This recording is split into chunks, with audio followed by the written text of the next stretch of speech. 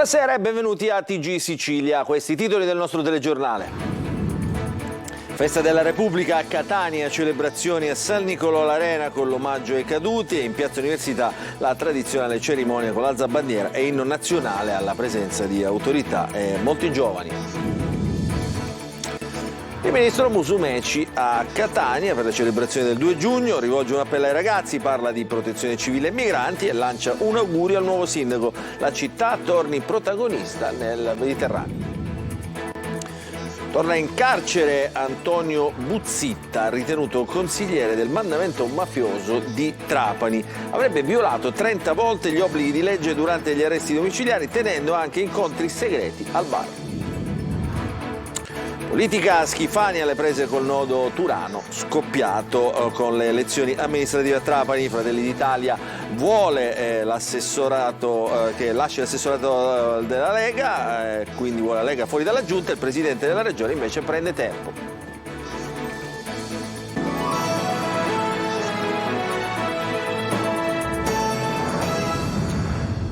Ancora buonasera e benvenuti a questa edizione di TG Sicilia. Oggi 2 giugno, festa della Repubblica in tutta Italia. A Catania, giornata di celebrazioni aperta dalla deposizione della corona di alloro al vestibolo del Sacrario Militare per rendere onore ai caduti alla patria, e poi le celebrazioni sono proseguite a Piazza Università. Presenti tutte le autorità cittadine, numerosi i giovani coinvolti. Emanuela Corsi.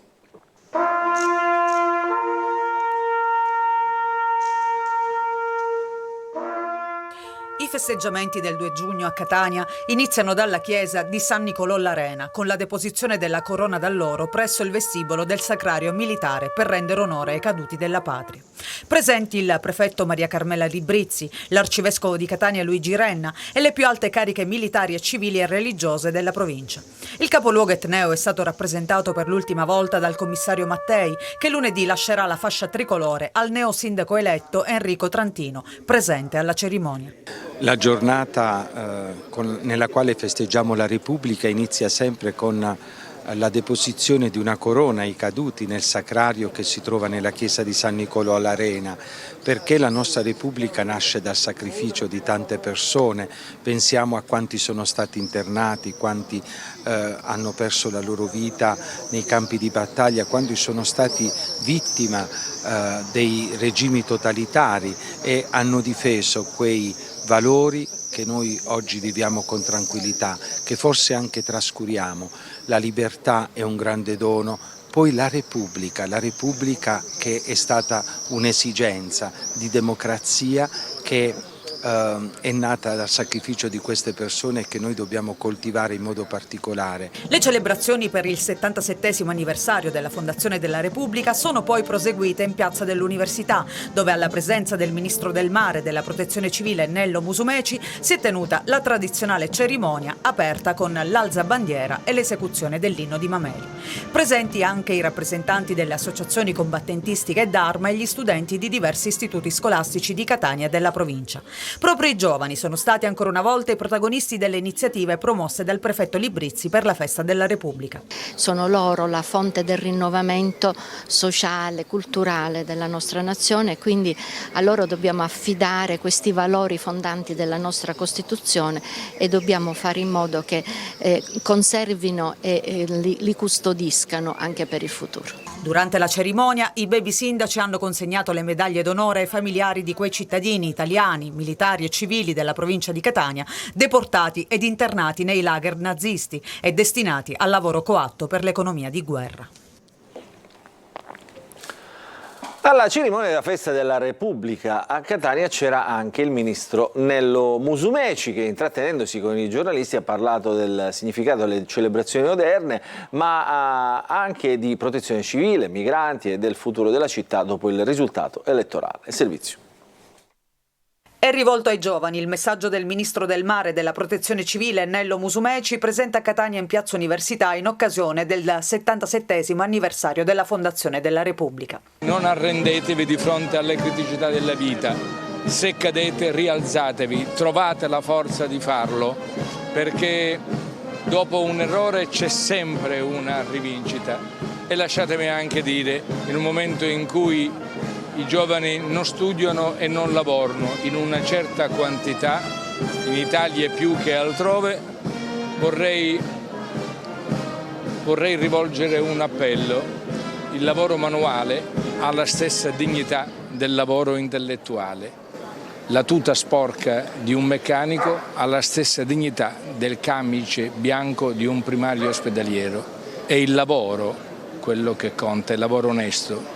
Nel suo intervento il ministro ha ricordato la tragedia che ha colpito l'Emilia-Romagna e l'impegno della protezione civile su tutto il territorio nazionale, sempre più fragile, non solo per colpa dei cambiamenti climatici. C'è ancora tanto da fare per spiegare agli italiani che prevenire strutturalmente è sempre meglio che ricostruire dopo il danno. Mentre a Cutro in Calabria ci sarebbero degli indagati per il naufragio che ha fatto più di un centinaio di vittime, il ministro ribadisce l'importanza di contrastare il fenomeno degli sbarchi. Il fenomeno migratorio è una delle sfide che noi dobbiamo affrontare, l'ho detto intervenendo poco fa. Lo possiamo fare non da soli, ma con il concorso dell'Unione Europea e quindi di tutti gli Stati membri. Non manca infine un augurio alla città di Catania e al neosindaco Enrico Trantino alla vigilia della proclamazione. Ne ha tanto bisogno la mia città, ha perso protagonismo per colpa di tutti e abbiamo la necessità di rialzarci. Catania deve tornare ad essere protagonista nel panorama del Mediterraneo, perché il futuro di tutte le città marinare è legato alla sorte del mare Mediterraneo. Si trovava ai domiciliari perché gravemente ammalato, ma teneva al bar incontri segreti. Carabinieri e DIA hanno accertato che Antonio Buzzitta, ritenuto il consigliere del mandamento mafioso di Trapani, ha violato 30 volte le prescrizioni imposte. L'uomo è stato arrestato e trasferito in carcere. Ce ne parla Laura Spano. Arrestato ritorna in carcere l'ultrasettantenne Antonino Buzzitta, ritenuto consigliere del mandamento mafioso di Trapani. Sottoposto a domiciliari per motivi di salute, Carabinieri e DIA hanno accertato che ha violato per 30 volte le prescrizioni che gli erano state imposte. Buzzitta lo scorso 3 marzo era stato condannato dal Tribunale di Trapani a 21 anni di reclusione. Fu la pena maggiore inflitta dal Tribunale nel cosiddetto processo Scrigno, scaturito dall'omonima operazione antimafia condotta dai Carabinieri e che vide imputato anche l'ex deputato regionale Paolo Ruggirello, pure lui condannato ma a 12 anni di reclusione. Buzzitta è stato già condannato 2 volte in via definitiva per associazione mafiosa ed è anche imputato sempre per associazione mafiosa con il ruolo di promotore in un processo in corso. A Buzzitta erano stati concessi i domiciliari perché doveva sottoporsi a chimioterapia con il divieto però di comunicare con soggetti diversi dai familiari. L'imputato, in ragione delle condizioni di salute, era stato autorizzato dal Tribunale di Trapani a lasciare il domicilio senza scorta e aveva il permesso per farsi accompagnare da un parente a Palermo per le cure. Ed invece, fra dicembre 2021 e lo scorso aprile, avrebbe violato le disposizioni in una trentina di occasioni, dunque non solo cure mediche, ma anche macellerie, edicole, supermercati, bar. Buzzitta è stato fotografato dai carabinieri del nucleo investigativo del comando provinciale, dagli investigatori della DIA che lo hanno continuato a monitorare mentre se ne andava in giro a sbrigare le faccende quotidiane. Si spostava tra Trapani e Rice Paceco, sia di giorno che di notte, nonostante avesse l'obbligo di frequentare solamente parenti più stretti. Ci sono 2 episodi in particolare che riguardano 2 incontri riservati, uno avvenuto nella retrobottega di un bar, l'altro in un'abitazione trapanese. La sezione misure di prevenzione del Tribunale di Trapani, su richiesta della Direzione Distrettuale Antimafia di Palermo, ha così deciso l'aggravamento della misura per l'ultrasettantenne. Lo impone la gravità eccezionale delle condotte messe in atto da Buzzitta. Ci sono comunque delle ragioni superiori legate alle condizioni di salute che impongono il trasferimento in un carcere che abbia a disposizione però le strutture mediche necessarie per l'assistenza. È scattato il fermo amministrativo di 20 giorni e una multa per la Mare Go, la nave di una ONG tedesca che in nottata ha sbarcato 37 migranti soccorsi in mare a Lampedusa, violando le disposizioni delle autorità italiane che avevano indicato Trapani come porto di sbarco. Il provvedimento è stato eseguito da parte della Guardia di Finanza e della Capitaneria di Porto. Fermo amministrativo anche per un'altra nave ONG ONG tedesca, la CI4, approdata oggi nel porto di Ortona in Abruzzo con a bordo 49 migranti soccorsi in 2 diverse operazioni nel Mediterraneo. Ancora cronaca, una dichiarazione dei redditi non in linea con l'ingente patrimonio a lui riconducibile che ha portato al sequestro di 2 aziende e ai conti correnti ai danni di un noto esponente della Stidda di Vittoria. Ce ne parla Roberta Lunghi. Un patrimonio ingente a lui riconducibile e una dichiarazione dei redditi decisamente sproporzionata. Per questo sono scattate le indagini nei confronti del pluripregiudicato vittoriese Pino Gueli, 67 anni, esponente del locale gruppo criminale della Stidda e già condannato per associazione di tipo mafioso, omicidio e porto abusivo di armi. I carabinieri del nucleo investigativo del comando provinciale di Ragusa, deducendo la natura illecita delle risorse utilizzate per acquisire la disponibilità dei beni, hanno sequestrato le 2 aziende di produzione di packaging per prodotti ortofrutticoli, la Pacart SRLS e l'altra contenitore della prima, entrambe a Vittoria. Congelati i relativi conti correnti e altri beni per il valore di 2 milioni di euro. Si tratta di un risultato molto importante per il contrasto alle associazioni di tipo mafioso presenti sul territorio della provincia, in quanto fondamentale come strategia perseguire questo tipo di attività criminose sia con indagini di tipo penale sia con attività investigative nel settore patrimoniale, per sottrarre a soggetti inseriti in circuiti criminali mafiosi beni illecitamente acquisiti. A garanzia della continuità produttiva dell'azienda, il Tribunale di Catania ha disposto l'affidamento dei beni sequestrati ad un amministratore giudiziario che assicurerà la prosecuzione operativa dell'attività. Un escursionista è stato colto da malore a Cala del Luzzo nella riserva dello Zingaro ed è stato salvato dai tecnici del soccorso alpino e speleologico siciliano della stazione di Palermo intervenuti in tarda mattinata. L'uomo di 70 anni di Mezzo Lombardo in provincia di Trento in escursione con la famiglia ha accusato un malore probabilmente per la fatica, accusando forti dolori al petto. Preoccupate per le sue condizioni, la moglie ha lanciato l'allarme chiamando il numero unico di emergenza, il 112, poi sono scattati i soccorsi che hanno salvato l'uomo. Adesso a Palermo, prima intesa all'AMAP per lo sblocco dei conti correnti. Martedì quindi i lavoratori riceveranno gli stipendi, soddisfatti i sindacati che però avvisano ci sarà ancora da lavorare. Marco Gulla. Uno scorcio di luce nella delicata e intricata vicenda AMAP a Palermo. Martedì i 700 dipendenti dell'AMAP in agitazione da venerdì scorso riceveranno gli stipendi. La situazione si è quindi sbloccata. La Procura ha accettato la proposta di ritenere congelati i conti correnti AMAP fino alla data della notifica del provvedimento di sequestro dei 20 milioni di euro. Tutta la liquidità arrivata da quel giorno in poi può ritenersi svincolata e le somme necessarie possono essere erogate per il pagamento di stipendi e forniture. Cessa quindi lo stato di agitazione dei lavoratori che erano scesi in piazza a manifestare quasi ogni giorno, preoccupati per una situazione sempre più delicata anche per i servizi che AMAP fornisce alla città di Palermo e ad altri 47 comuni della provincia. Con lo sblocco dei conti correnti AMAP potrà nuovamente operare per portare nei 47 comuni della provincia di Palermo il servizio idrico in tutti i suoi aspetti. Una ottima boccata d'ossigeno per i lavoratori e le rispettive famiglie, ma anche per la cittadinanza che è stata in apprensione per la possibile interruzione del servizio. Anche i crediti esigibili che l'AMAP vanta dal comune per circa 3 milioni di euro per il servizio di pulizia delle caditoie saranno usati per pagare gli stipendi e le forniture. Abbiamo rischiato di andare in blocco perché non si potevano più acquistare i reagenti per clorare l'acqua o per gli impianti di depurazione. Grande soddisfazione esprimiamo per l'intervento del prefetto, per l'interessamento del sindaco di Palermo, il professore Lagalla, e per il vice sindaco, l'onorevole Varchi. Grazie al loro intervento tutto questo è stato possibile. Continuiamo a mantenere alta l'attenzione perché l'azienda AMAP è un gioiello a Palermo che produce utili e soprattutto è una società integrata del servizio idrico più grossa del sud Italia dopo l'acquedotto pugliese. Sarà il Tribunale del riesame nelle prossime settimane a decidere sull'istanza per chiedere il dissequestro di 20 milioni di euro, mentre per la prossima settimana è stata convocata un'altra assemblea dei soci alla quale sono invitati anche gli altri 47 comuni serviti dall'AMAP.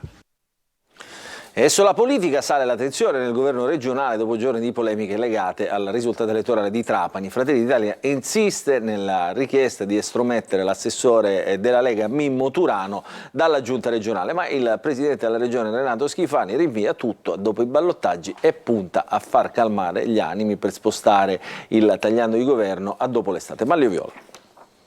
Non cessano le polemiche dopo il voto per le amministrative che, pur consegnando una vittoria netta al centro-destra, ha mostrato e mostra punti di importante crisi per la coalizione al governo della regione, a partire dalla città di Trapani. Fratelli d'Italia chiede la testa con insistenza dell'assessore leghista Mimmo Turano, reo di aver appoggiato il sindaco uscente Giacomo Tranchida a Trapani e dunque di tradimento politico. Ma dalla Lega non ci stanno, se si cambia tutti nella giunta Schifani, dicono. La situazione vive adesso però un momento di stallo. DC e Movimento per l'Autonomia, per bocca di Totò Cuffaro e Roberto Di Mauro, hanno chiaramente detto che i loro assessori comunque non si toccano. Tutto ruota sempre sul cosiddetto caso Trapani, dove l'assessore regionale Mimmo Turano si è spostato in blocco con una lista civica a sostegno del sindaco rieletto Giacomo Tranchida.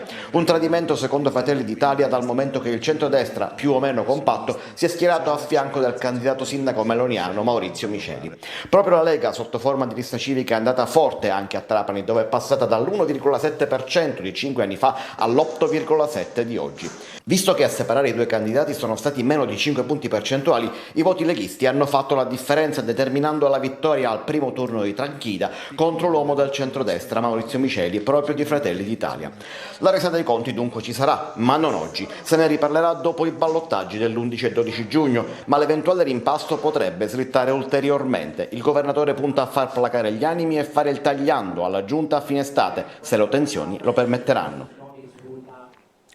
Si insedierà invece ufficialmente lunedì 5 giugno a Palazzo degli Elefanti il neo sindaco di Catania Enrico Trantino. La proclamazione avverrà alle 16, subito dopo il primo cittadino si recherà in cattedrale per l'omaggio alla Santa Patrona Sant'Agata. Adesso ci fermiamo, una piccola pausa, poi ritorneremo a parlare sempre delle celebrazioni del 2 giugno, ma questa volta diciamo, nella veste con gli occhi dei turisti.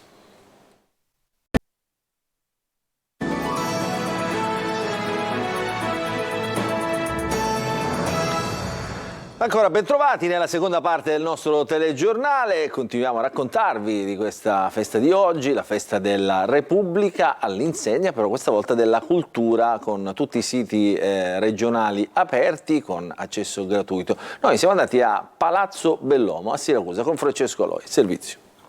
Non solo mare o scampagnata, il 2 giugno può essere anche sinonimo di cultura. E così c'è chi approfitta dell'ingresso gratuito per visitare i musei. Noi siamo andati al Bellomo di Siracusa, a 2 passi dalla Fonte Aretusa. La cultura è la base della nostra civiltà. Stiamo girando proprio Siracusa per vedere il più possibile, quindi più centri. All'interno di questo palazzo del XIII secolo, modificato nel corso del tempo, si può fare un viaggio. Dall'epoca bizantina al XVIII secolo la full immersion è garantita. Soprattutto la cultura ha bisogno di essere incentivata, che purtroppo l'Italia ne è piena ma diamo troppo poco spazio. Non essendo di questa zona abbiamo preferito dedicare alla cultura la nostra giornata del 2 giugno. Queste 2 sculture sono di Antonello Gaggini. Poi gli occhi cadono sulla tela che raffigura il martirio di Santa Lucia. Autore il siracusano Mario Minniti, amico del Caravaggio. Qui ci sono molte icone bizantine. Questo trittico raffigura l'apoteosi della Vergine e le storie del Nuovo Testamento. Fuori, nel cortile, ci sono gli stemmi della vecchia porta d'ingresso della città, che all'epoca era solo ortigia. Ma è in questo salone che finisce il nostro viaggio. Qui è esposto il gioiello della galleria, l'Annunciazione di Antonello da Messina, visibile anche con la realtà mista. È un progetto cofinanziato dalla Regione, con la collaborazione di Unicit e di altre aziende. Abbiamo una guida di eccezione e lo stesso Antonello da Messina che spiega al visitatore il suo quadro, parla di se stesso e dà al visitatore la possibilità di apprezzare alcuni dettagli del suo quadro. Non solo oggi, turisti e residenti potranno approfittare dell'accesso gratuito in tutti i siti della regione, anche domenica. E allora vi invitiamo a visitare i musei siciliani, il nostro telegiornale finisce qui, non ci sono ulteriori aggiornamenti, quindi non ci resta che augurarvi un buon proseguimento di serata e ringraziarvi per averci seguito. Arrivederci.